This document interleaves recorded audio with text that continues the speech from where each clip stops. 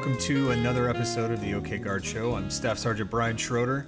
Today we have a very special guest with us today, Chaplain Davies Vanpool. He's going to be here to discuss what it takes to stay spiritually fit while we continue to fight COVID-19. Chaplain Vanpool, welcome. Please introduce yourself a little bit more than what I did and tell us what you do for the Oklahoma National Guard. Well, my name is Davies Vanpool. Married my wife, Julie, for coming up on 30 years. And I have 4 kids, 21, 20, 19, and 10. So big span there. Big range. I have been a chaplain in the Oklahoma National Guard since 2007. I started off at the 345 CSSB and then did some summers with the old BSB and BTSB from the IBCT. Did 10 years at Troop Command, and then I've been the brigade chaplain for the Field Artillery Brigade for the past 2 years. But that's not where my military career started. I enlisted in 1989 and served and fought in Desert Storm. And after 3 years of active duty, took about a 10-year break and came back in as a chaplain. So I hope that my enlisted time makes me a better chaplain to my soldiers, and my officer time makes me a better aid to my commander and those around me. So that's kind of my military background. So what is your role as the chaplain for the Oklahoma National Guard? Well, at the brigade level, it's a little bit different than the battalion level. So let me just take a minute so everybody's clarified on that. Most of your hands-on ministry takes place at your battalion level.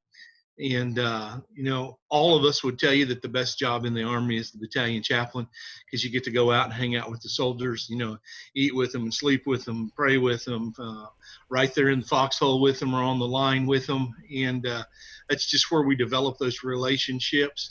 And as you move up into the brigade role and then obviously into the state, you become much more of a supervisory role and an aide to your commander and those that are making plans and things like that.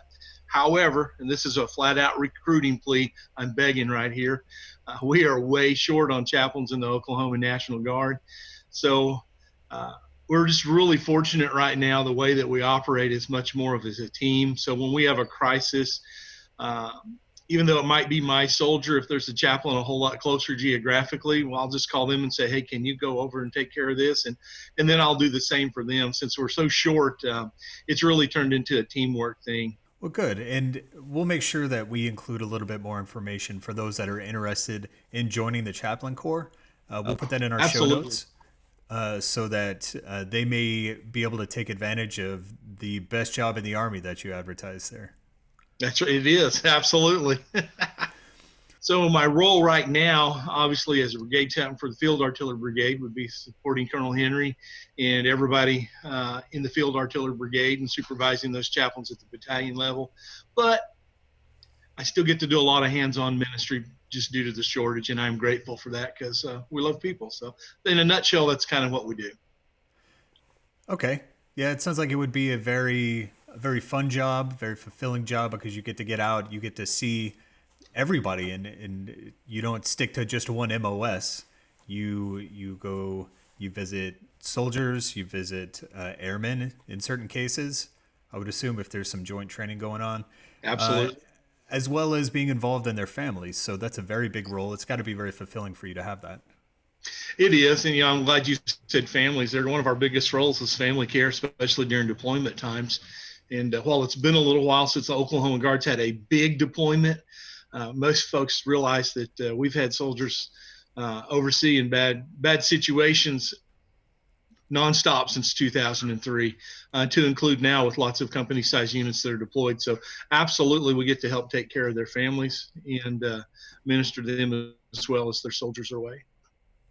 So as a chaplain, you provide a small outlet, we could say, for service members and their families of all religions, all faiths, belief systems, or non-belief systems. What is spiritual health? Define that for us. Well, I think spiritual health is an awareness of who we are in the scope of the big picture. Obviously, as a Christian minister, I'm going to say spiritual fitness and health for me is realizing who I am and my relationship to God. And that would go for every religion, regardless of what their denomination or religious background would be there. And I would just chase a small rabbit right there and just remind folks, just because your chaplain wears a cross or something that may not be what you have, you still need to remember that we are your chaplain, and we operate under something that's called perform or provide. If you ask me to do something and I'm perfectly comfortable doing it, I absolutely will perform that ceremony or that sacrament or whatever for you. And if I'm not, I still have the duty to help find someone that will help you with that. So never forget that your chaplain is always your chaplain, regardless of what your religious background may be. And then back on what spiritual fitness is there, it's that grounding, it's that humbling, one of the verses himself in the sight of the Lord, and he will lift you up. And I think that goes across the board for whatever your religious is. We were not created in this universe for us. And so part of spiritual health is recognizing who we are with others, who we are with our higher being, and absolutely the concept that we're better together than we are by ourselves. And a lot of that, when we get to that fitness point, wherever you're at in your religion on that, it brings us peace. And we see so many people just wander through this life that are so miserable mentally, physically, spiritually, emotionally. And I think a big part of that is because they don't have peace. And obviously, as a chaplain, I'm going to sell you on the point that you can't have peace until you have spiritual fitness and spiritual health. If we look across the world today, even within the ranks of the National Guard and our other brothers and sisters in active duty and everything, one of the things that we often see people matter or struggling with is, do they matter? Spiritual health will certainly, when done correctly, lead us to that answer that yes, we do. So good, healthy spiritual fitness brings us to that point of peace of, I may not know how today is going to work out, but I'm going to be okay. And it just causes us to take a deep breath and relax, and I think we'll be a little better. So to answer that question, the one aspect of spiritual fitness in my life that I wish I could just wave that magic wand over and give to everybody would be peace. Do you think that being spiritual healthy can make us better people? Absolutely. Just like being physically healthy makes us better people. When you're physically in terrible shape, not only can you not exercise or do well on an ACFT or APFT, you don't sleep at night, you have other health issues, you're generally probably pretty cranky, and you're just you're not functioning the best you can be. I think we see those exact same things in spiritual health. When we're not functioning at the spiritual level that we were created to, we are miserable, we're cranky, and we make those around us the same way. So absolutely, spiritual health is important, and it can affect those that are around us, and it can affect our own beings, not just spiritually, but also physically, mentally, emotionally, and any other ALLY a word you want to invent there. It absolutely has effect on us.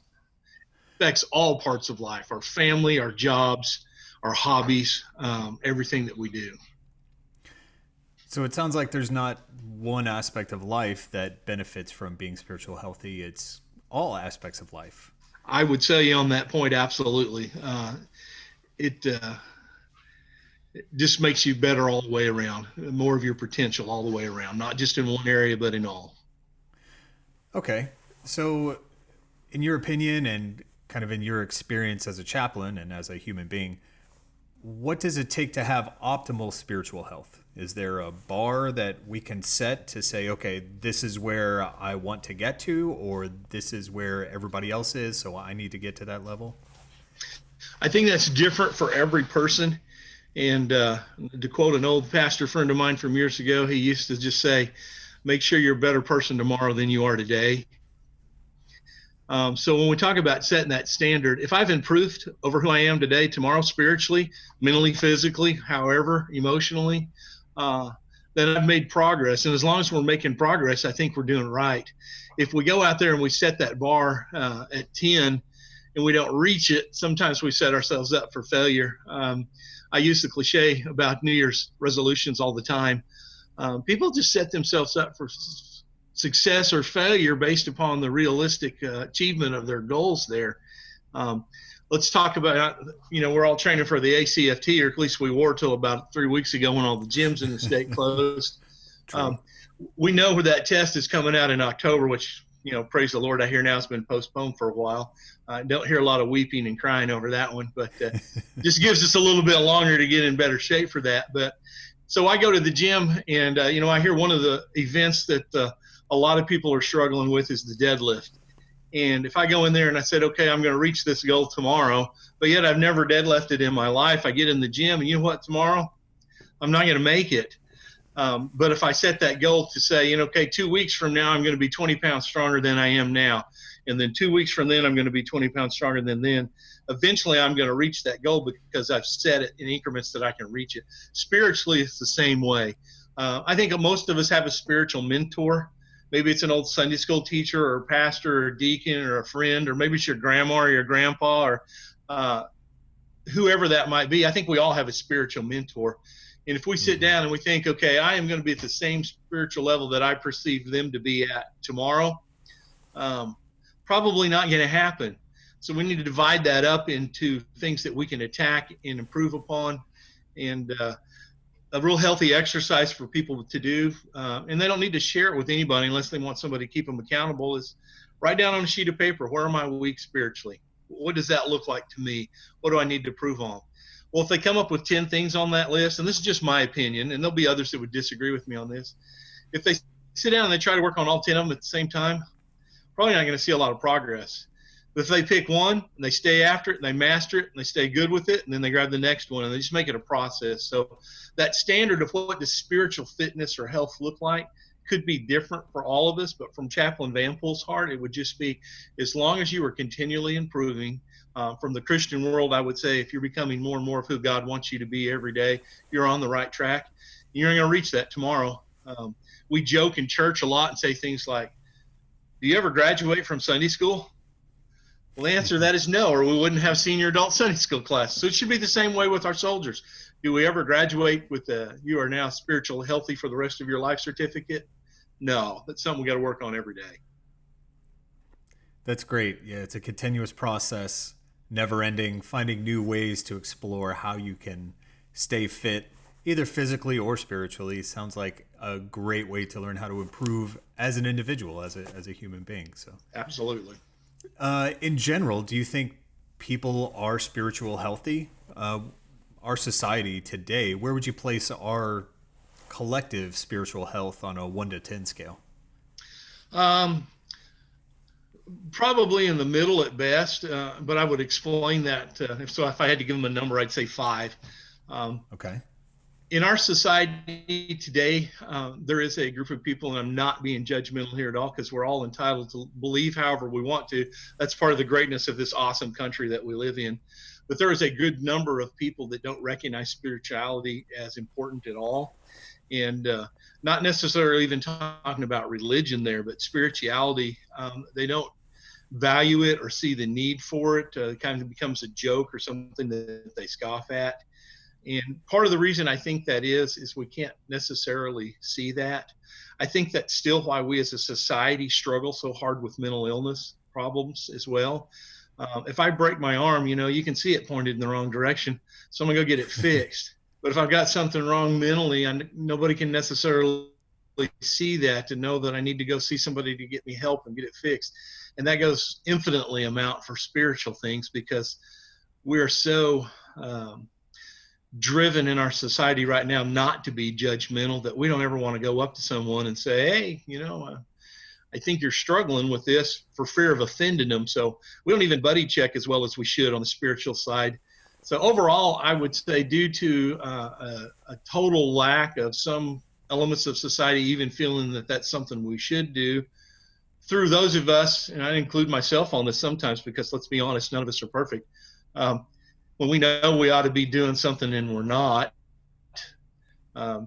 recognizing, I'm talking about spiritual health exercises, prayer, fasting, praise and worship, reading the word, whatever it is, and I know I'm not doing what I should be, then I know my spiritual fitness is not where it ought to be either. So wherever we're at in that scale as a nation, I do not perceive our country as having good spiritual fitness right now as a whole. Okay. Why Why do you think that spiritual health is overlooked? Do you think it's apathy? Do you think it's laziness? Do you think people just don't care? Or are they consumed with too many other things to not really prioritize time for spiritual health? The cheesy answer would say all of the above. Next question. But Okay. no, I think you nailed it on all of those things. And I'd like to hit on a few, not taking away from anything we do in our society. Certainly, my wife and I raising 4 boys, we did more and are still doing more than our fair share of Little League sports and other things like that. No doubt. Big shout out to all of our young men and women in Little League sports that lost baseball and softball this spring. Just work hard and come back and be better next year. That's the best answer we have for that. But when we think back to where we're at there, on why it's not there, I would jump one on the busyness thing. Let's go back to my parents' generation. The baby boomers that were born in the 40s and 50s. So they were young men and women in the 60s and then, raised their families in the 70s and 80s.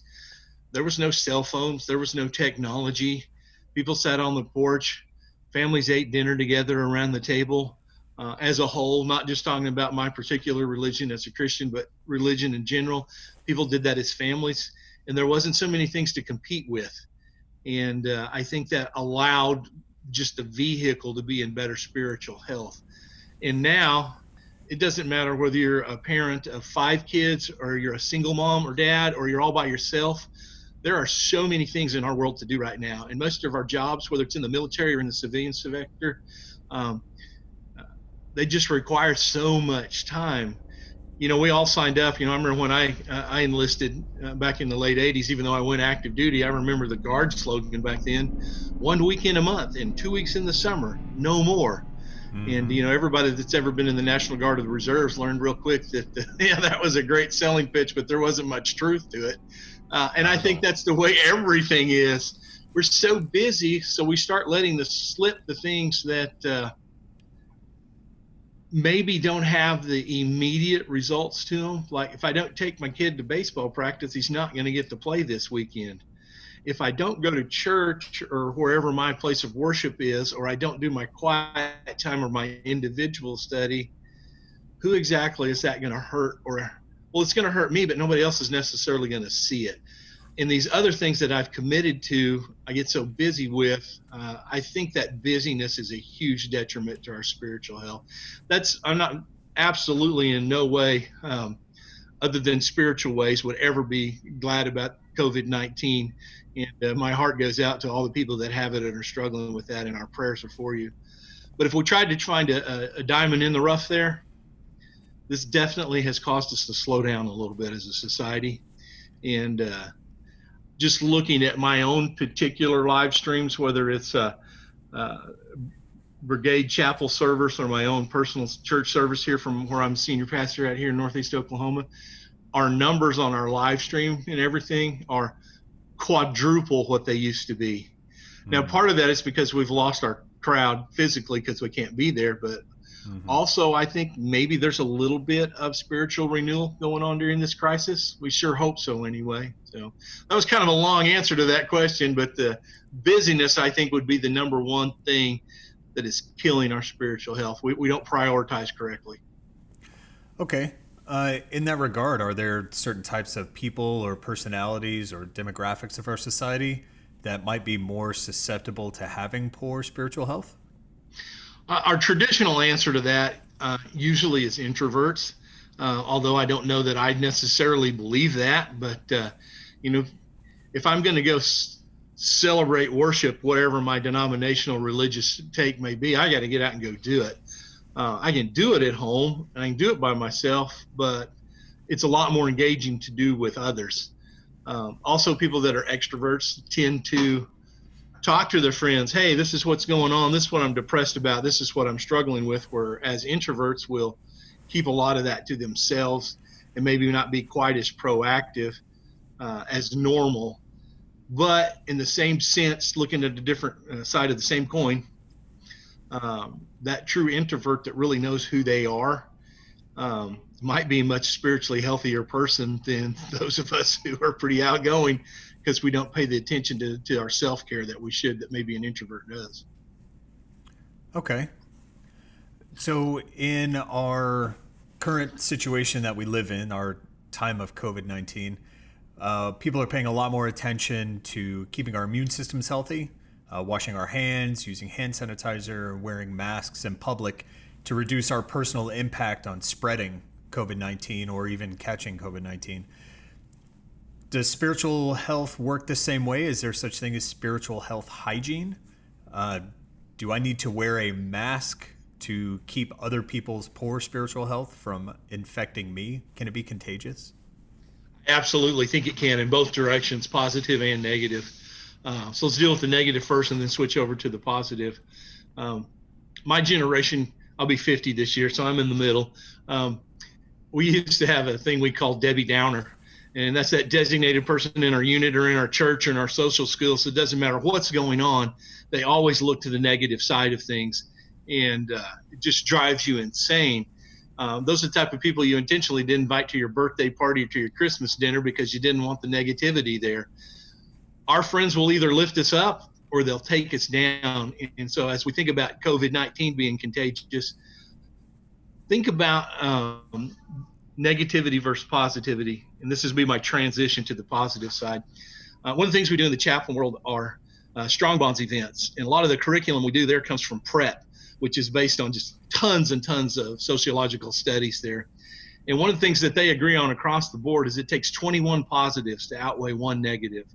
So say you go to work tomorrow, say all this was gone and we actually show up at our place of work tomorrow, and you have 20 people say awesome things to you like, man, that's the best haircut you've ever had. I love your new glasses. You know, are you losing weight? On and on and on. Just great positive things.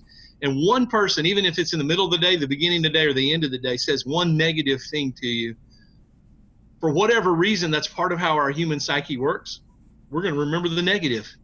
Even though we might have 20 to 1, and I'm not a psychologist. I've read all their studies. Half the time you have to look up the words and the vocabulary in those studies to know what they're talking about. But basically, there's just something that's unique on that 21st positive. It takes 21 positives to outweigh that negative. So okay, let's hang out with the positive people, and let's be positive ourselves, and let's be the mask and the gloves spiritually, not just protecting ourselves from the negative, but helping others to insulate themselves from it too. A great way to do that too is if you see somebody who's down and out, or maybe he's been beat up verbally or spiritually or whatnot, there is no law against going over and looking at somebody and giving them a word of encouragement. You can't give them a hug and a handshake right now, but you can still give them a smile and a kind word. Absolutely, I think it goes off on us. So let's choose to not accept those negative spiritual fitness things and choose to accept the positive ones. So absolutely, it can go both ways. Okay. So explain to me the difference between religion and spirituality. I know a lot of people these days don't necessarily associate with a religion, but they may be spiritual people. Are religion or spirituality, either one of those, are they a requirement to be spiritually healthy? I would say spirituality does, and I would definitely define a difference between religion and spirituality. Going back to our physical fitness analogies, which just work really well in the spiritual world. I can have a gym membership, and I can go in that gym every day. But if I don't ever pick up a weight, or I don't ever get on that treadmill, or get in that swimming pool, or go sit in that sauna, or do something, just having that gym membership does absolutely nothing for me physically. Trust me, I've been there before. Yeah, I think we can all raise our hand and say we fall into that category too.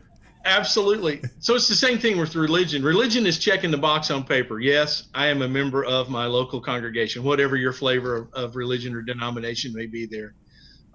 Yes, I sit in the pew. Yes, I go. But if I'm not participating actively in doing the things that my faith group teaches me to do to make me spiritual healthy, it's not doing me any good.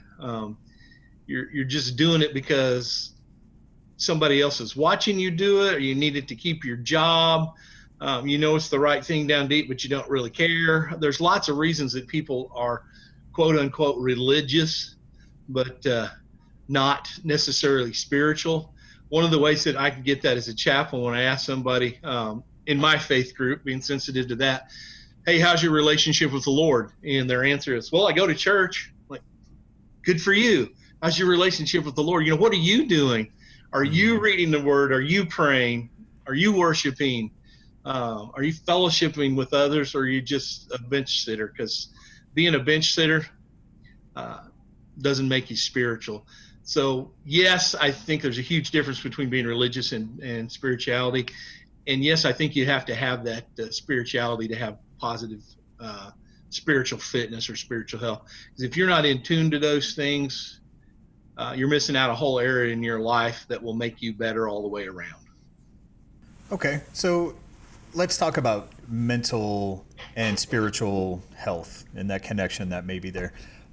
Is there a connection between mental health and spiritual health? And why does spiritual health impact mental health? First answer to that question on why spiritual health impacts mental health has to do with the psyche of the human being. And both of those things are, in most cases, something we would call unseen.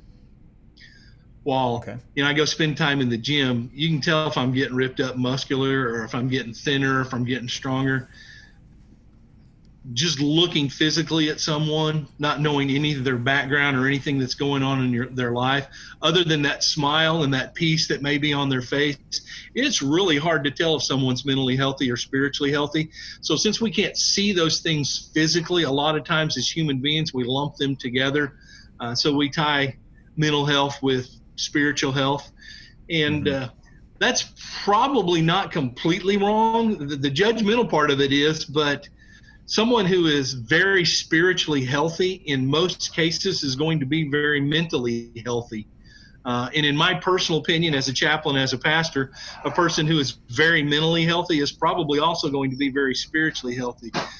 That connection is going to be different for every person, depending on what their faith group is and how that interchanges. You know, one of the greatest assets we have in the Oklahoma Guard, besides the chaplain corps, is all of our mental health professionals.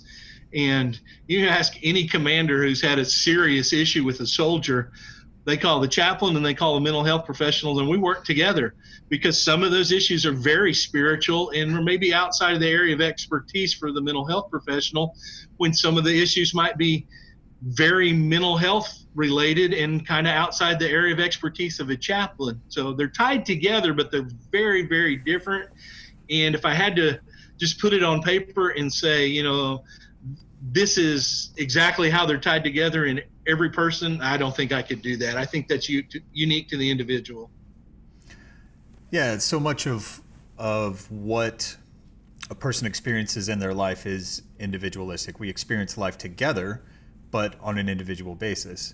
And I believe that carries over into those mental and spiritual aspects of life, where we have our own personal belief system that has to mesh with everybody else's own individual belief system.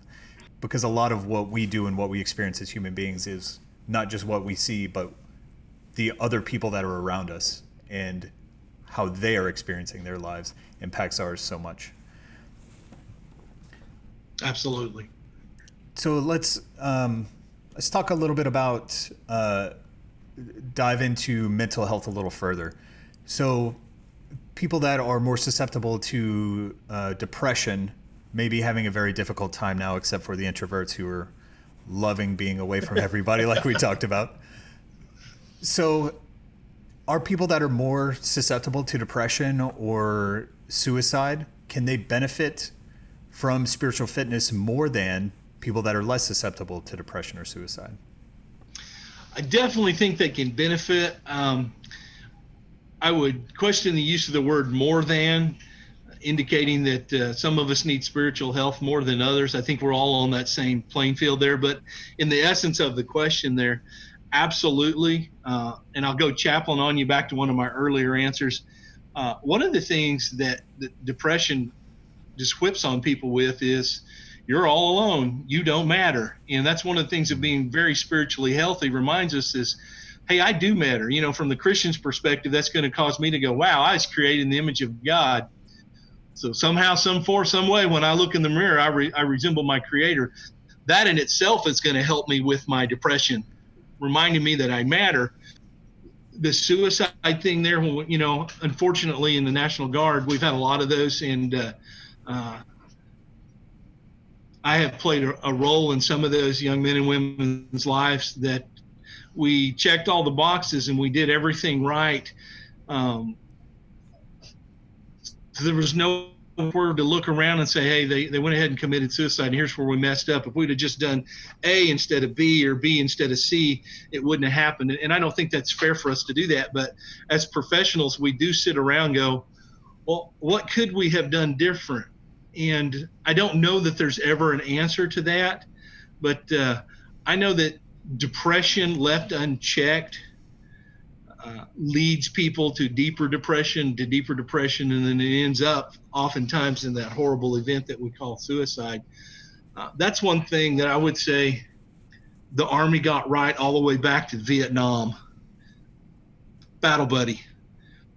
Sometimes we get so relaxed or common in our friendships that we don't check on our battle buddies like we often should.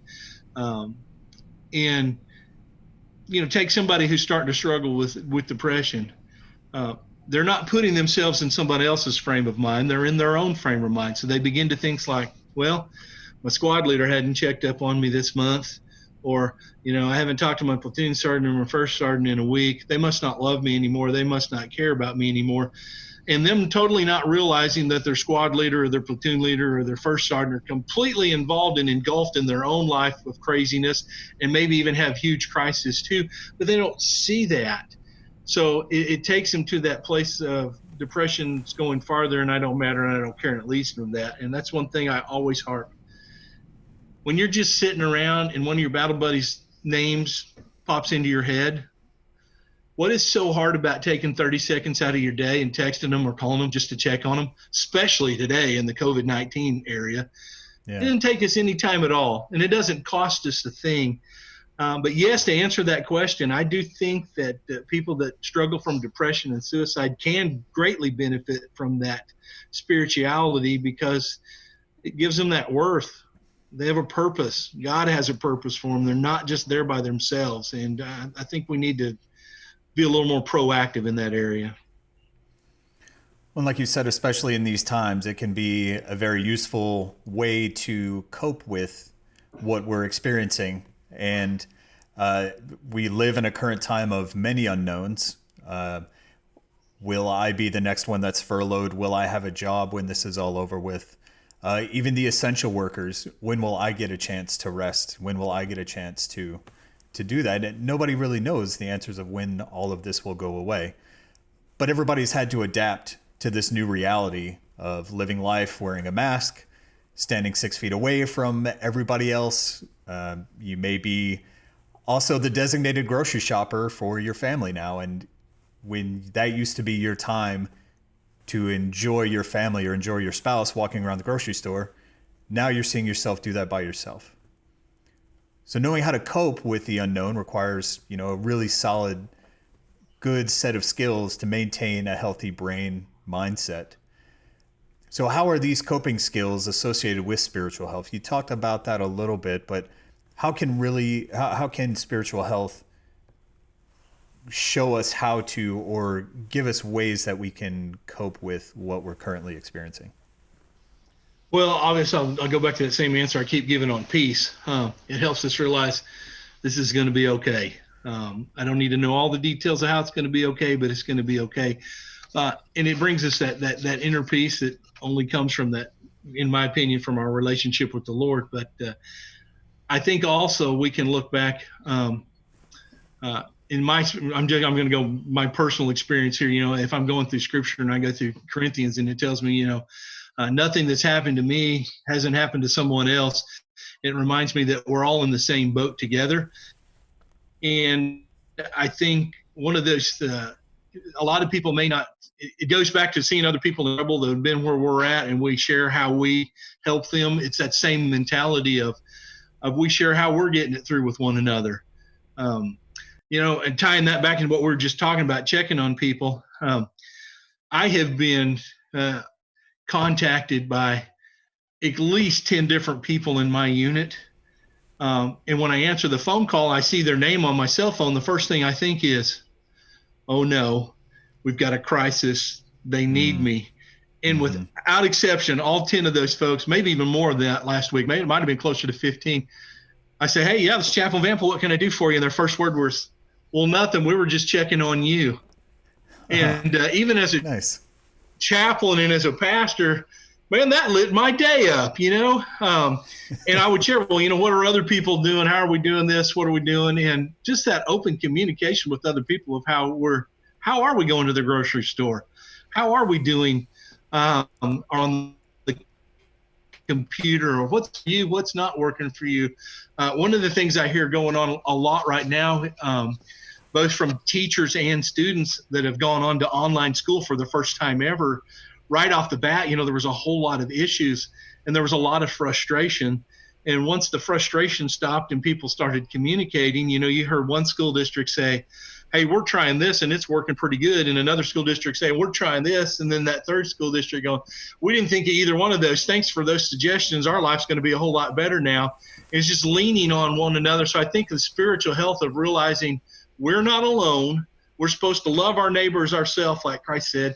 And we're supposed to put others above ourselves. And when we do that actually in things, whether it's talking about grocery shopping, like the example you used, or something else, and we put those into practice, I just think we make such a huge difference in people's lives, because we help them understand you're not the only one going through this, and you don't have to reinvent the wheel.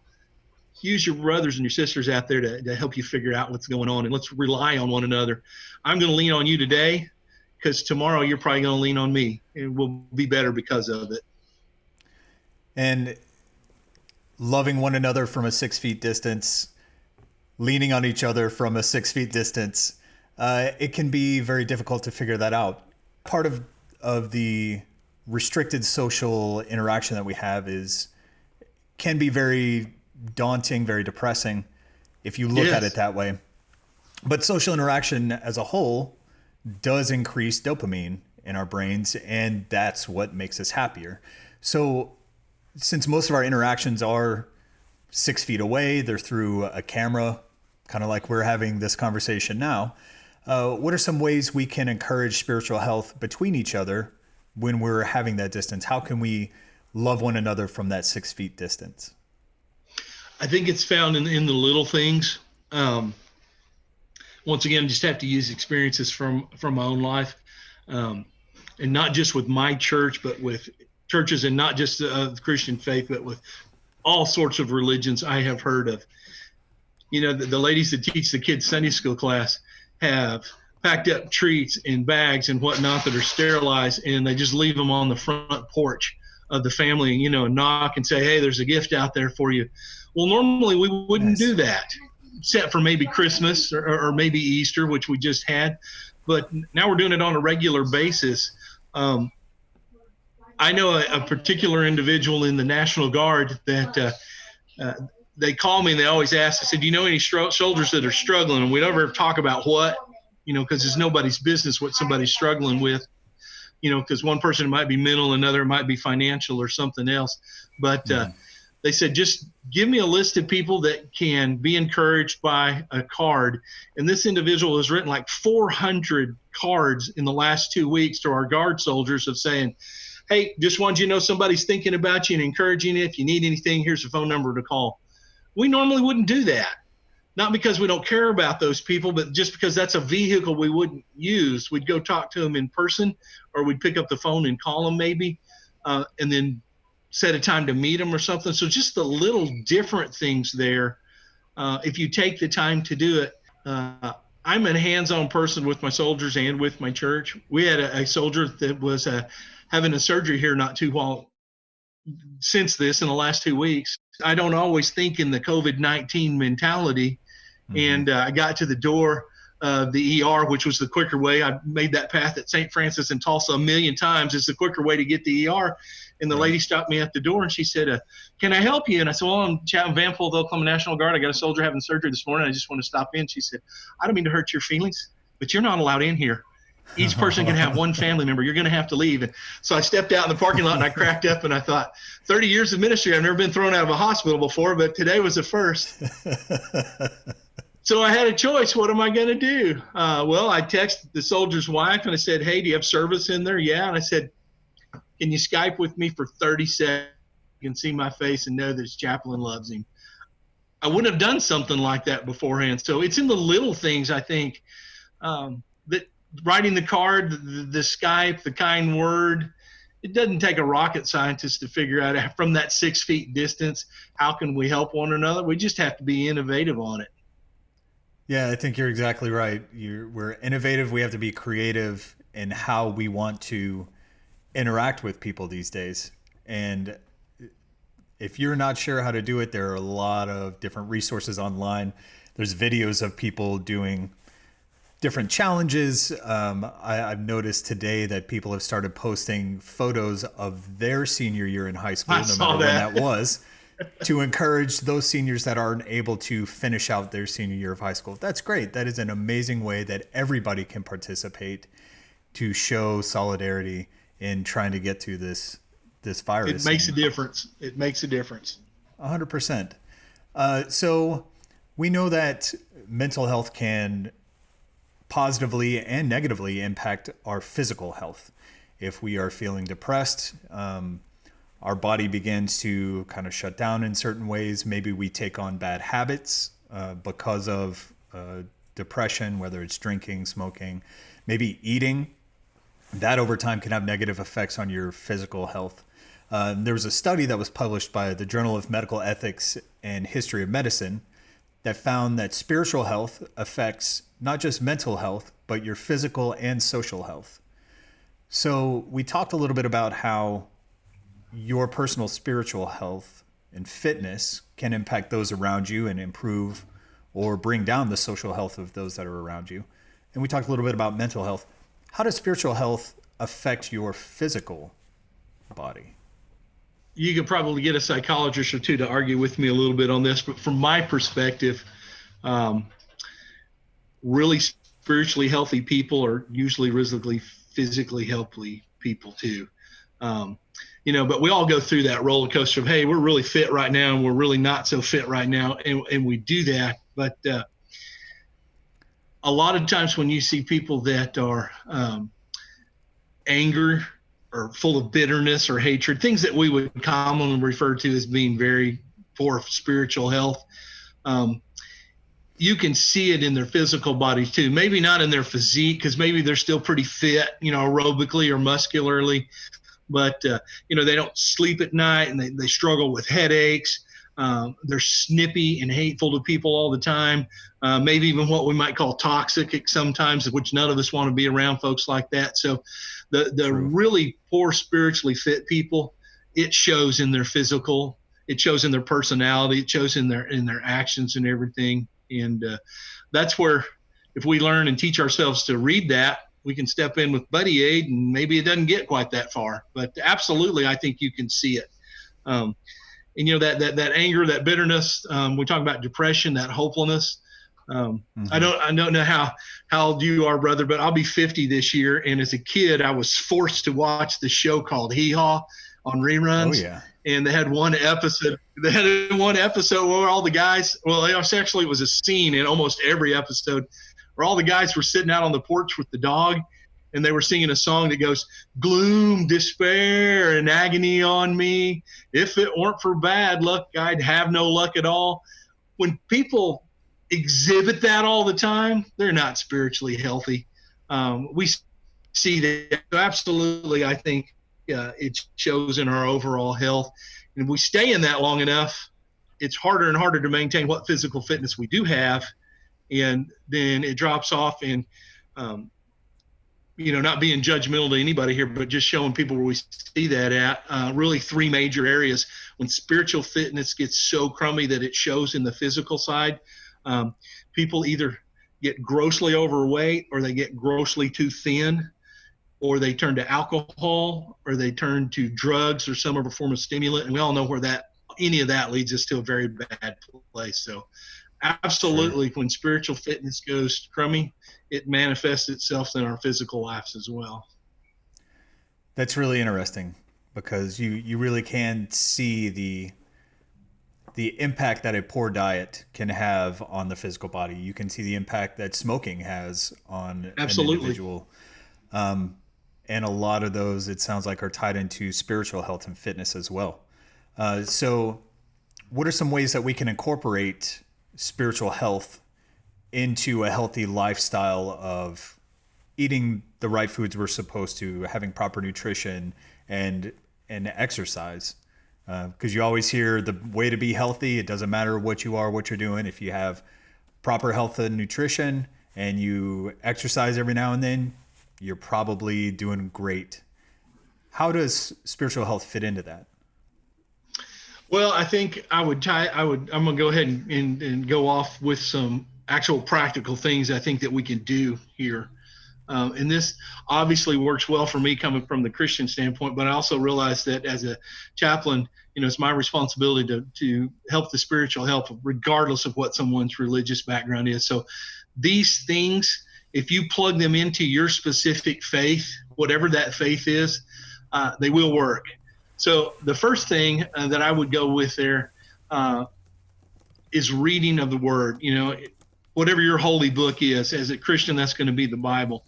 And here's where people mess that up, just like they do in the gym. They start off and they say, okay, I'm just going to read through the whole Bible today. Well, unless you're wired like that, that's going to work for about 5 minutes. And a lot of times people do New Year's resolutions. I'm going to read through my holy book this year and I'm going to do it. Well, and I'm obviously, as someone who is very passionate about the Bible, some people are going to think this is negative, and I don't mean it to be that way. So hear what I'm saying. You're going to read through till you get to those parts in Chronicles when it's got some name that you can't pronounce, but got some other name that you can't pronounce. And it goes on like that for chapters. And you're going to get discouraged and bummed out, and you're just going to quit. So what I suggest for people, whatever your faith group is, in your holy book is, you read it in chunks that you can handle it. So using my background, when I tell people, I say, go to one of the Gospels or something like Philippians and take your highlighter or your pen with you and read until you realize you're daydreaming. Then draw a line there. The average person, they tell us with a high school education, that's going to be around 30 seconds. So if you're a speed reader, you're going to be 15 to 20 verses into it. And if you're a slow reader, which I am a slow reader, you're going to be 5 or 6 verses into it. Then you do it again. Read until you realize that you've daydreamed. Maybe you've gone a little farther this time, maybe not quite as far this time. But you do that 3 times and you find an average of where you're at, and you get your volume there of how much you're going to read. And then you read that same passage every day, whether it's 2 verses or 10 verses. Read that same passage every day for a month. Let's just say that that's 2 verses. A lot of people will say, well, it's 12 months in a year. Big deal, Chaplain Vanpool. That just gives you 24 verses. What is that? Here's my answer. That's 24 verses that you own for your life more than what you had when you started. I think that is a spiritual discipline that makes us spiritually fit and spiritually healthy, is reading our holy book. So you read it, and you read it in volumes or chunks that you can handle. I made this joke at church one time. I said, I've got a copy of Moby Dick, which is like this thick. That's like a 2,000-page book. So Right. who thinks they can read this in, I was joking. I said, a day or 2. And there's like 15 people that raised their hand. And I'm like, oh, wow, I'm dumber than I thought I was. But they really could, because they're wired for that. You give me a copy of Moby Dick and tell me to read it, and I'm just going to be honest with you, it's going to take me a year to get through that. It just is. So as we put our spiritual fitness into practice, that first thing I think is reading our holy book and doing it in chunks that we can handle. Let's set ourselves up for success, not for failure.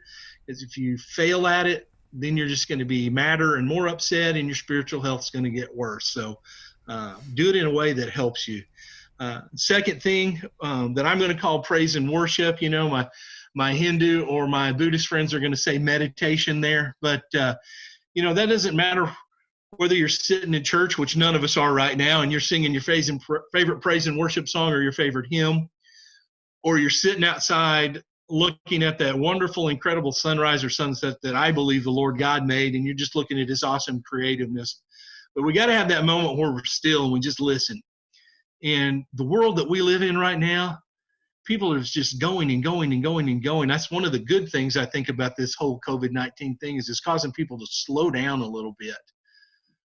We just need to slow down and worship. Whatever your faith group is and however you're going to worship, just do it from your heart. So the first thing is that reading of the word. Second thing is that praise. Third spiritual pillar, I would say there, is prayer. And prayer looks different to everybody, even looks different among Christians in how we do it and the words we use. But we spend that time, I'm going to say, for me, talking to the Father. For somebody that's in a different religion, talking to whoever they acknowledge. We just need to spend that time in prayer. So we're talking about physical things we can do to make our spiritual health better. Prayer, reading the word, that worship time. And the fourth thing, which I think is critical, which we can't do right now, and that's fellowship. Get around like-minded people. Share with one another. As Hebrews says, don't forsake the assembly together of believers.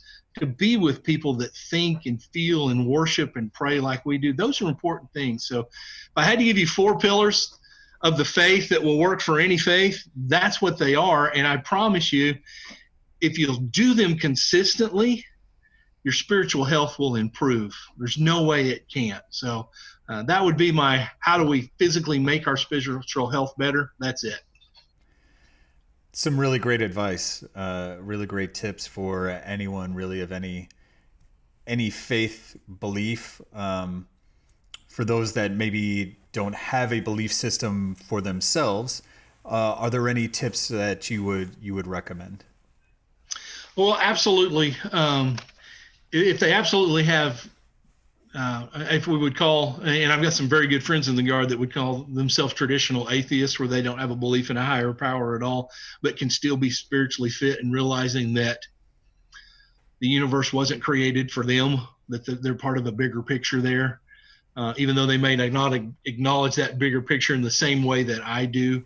Sure. That humbling of ourselves, that grounding of ourselves, that desiring to see we're better together than we are by ourselves, little things like that.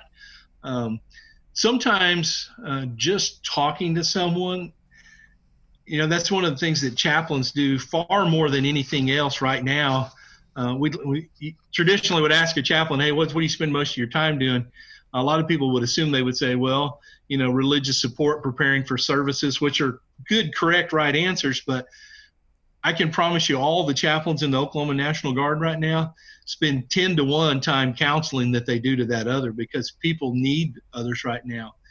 And you can call me with any problem you have in the whole world. And I'm just going to be honest with you, I'm not an expert on any of it. And I'm probably not even going to give you a whole lot of advice on what you can do to get better. But just sharing what's going on in your life with someone else, knowing that there is another human being on this planet that knows what I'm going through and they care about me, makes a difference. So to that person that doesn't see any value or have any belief in the spiritual, the religious side as I would define it, can still be spiritually healthy by engaging with others. And if you're looking for some resources to do that, first and foremost, every single chaplain in the Oklahoma National Guard and in the Air National Guard, they're not a one of us that are going to say, well, I'm too busy to talk to you. Call me back a year from next Friday. That's not going to happen.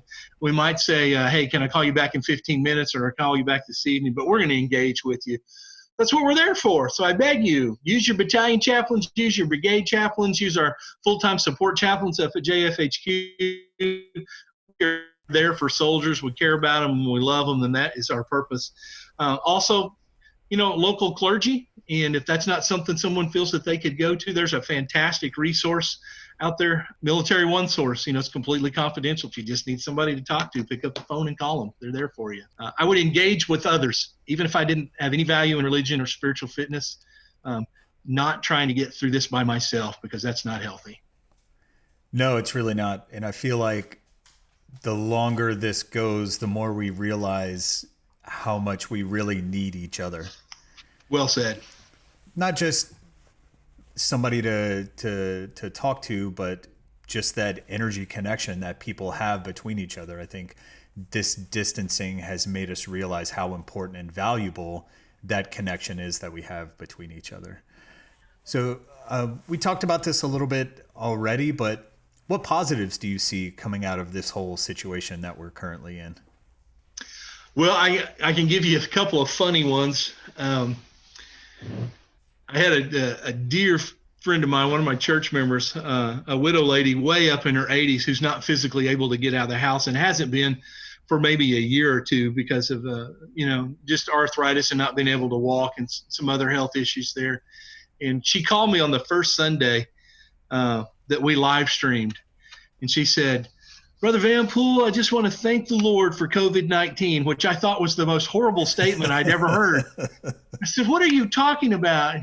And I have a great relationship with this lady, so she can be short with me and it doesn't hurt my feelings. And she said, "Well, it made you get your butt in gear, and we're actually live streaming now, which will always be there, which means if one good thing comes out of this, I can always go to my church in my living room on a Sunday morning from here on out and watch live stream." And I hate to admit it, she was right. We knew that we needed to do that, but we hadn't.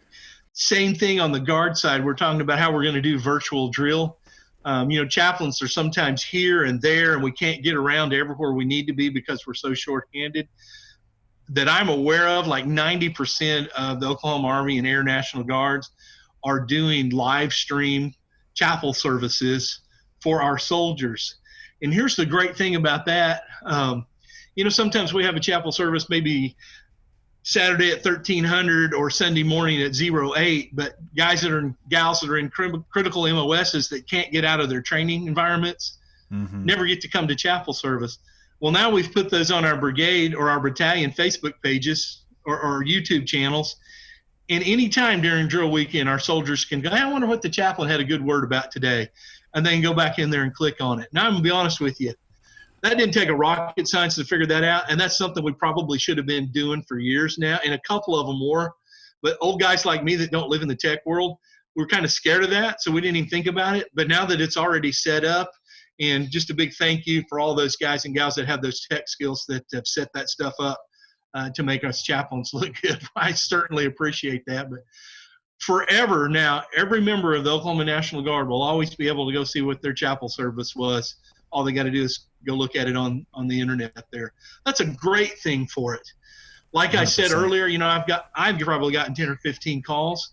That's fantastic. That interaction that probably wouldn't have occurred, not because of anybody's fault, but just knowing, hey, so-and-so cared enough to call me. Even if somebody they made the call, and there's probably going to be some relationship improvement out of some of those things. So it's not hard to look for the positives there. They're not really hiding. They're out in the open. I hear a couple of our guard guys in Tulsa are trying to set up a thing where all the elderly in their church can email them, or not in their church, in their community, can email them their grocery list, and these two guard guys are going to do their grocery shopping for them and deliver it to their house. Oh, wow. I mean, that's great stuff. And that's probably the way community ought to be anyway, isn't it? Taking care of one another that have needs. So I think there's good things coming out of this. Absolutely. 100%. And yeah, you're exactly right. This idea of community is actually manifesting itself, and it's no longer an idea and things that people are preaching. It's actually, you can see it happening, like you were talking about these two soldiers. And the technology that we surround ourselves with today are allowing us to have that sense of community. And we'll make sure that we post the links to those chapel services in our show notes so that people can start having access, a broader audience can have access to those chapel services. That'd be great. Is there anything else you'd like to add, sir? Well, I just want to thank you for the opportunity to talk a little bit about spiritual health, and just remind everybody, if you're struggling, pick up the phone, get a hold of one of us, and If you say, well, I don't know who my specific chaplain is, call your one shop. They'll know who they are, and they'll funnel you right to them. So no excuse not to have that conversation if you're struggling. We're there, and we're there for every soldier that's out there and their family members. That's great. And we'll put all that information, all of the resources that you had listed, we'll put those in our show notes as well. So if people are looking for ways that they can reach out or not sure where to go, they can definitely find those in our show notes. Chaplain Vanpool, thank you so much for being with us today. This has been a lot of fun. And thank you for sharing your COVID-19 spiritual fitness techniques with us. Thank you so much. Thank you for the opportunity. God's blessings, my friend.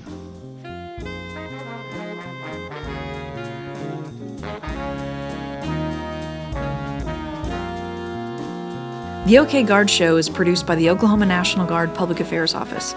Any mention of products or brands does not imply endorsement. All guests on the show are volunteers in an effort to inform and educate members of the Oklahoma National Guard, their families, retirees, potential recruits, and the community.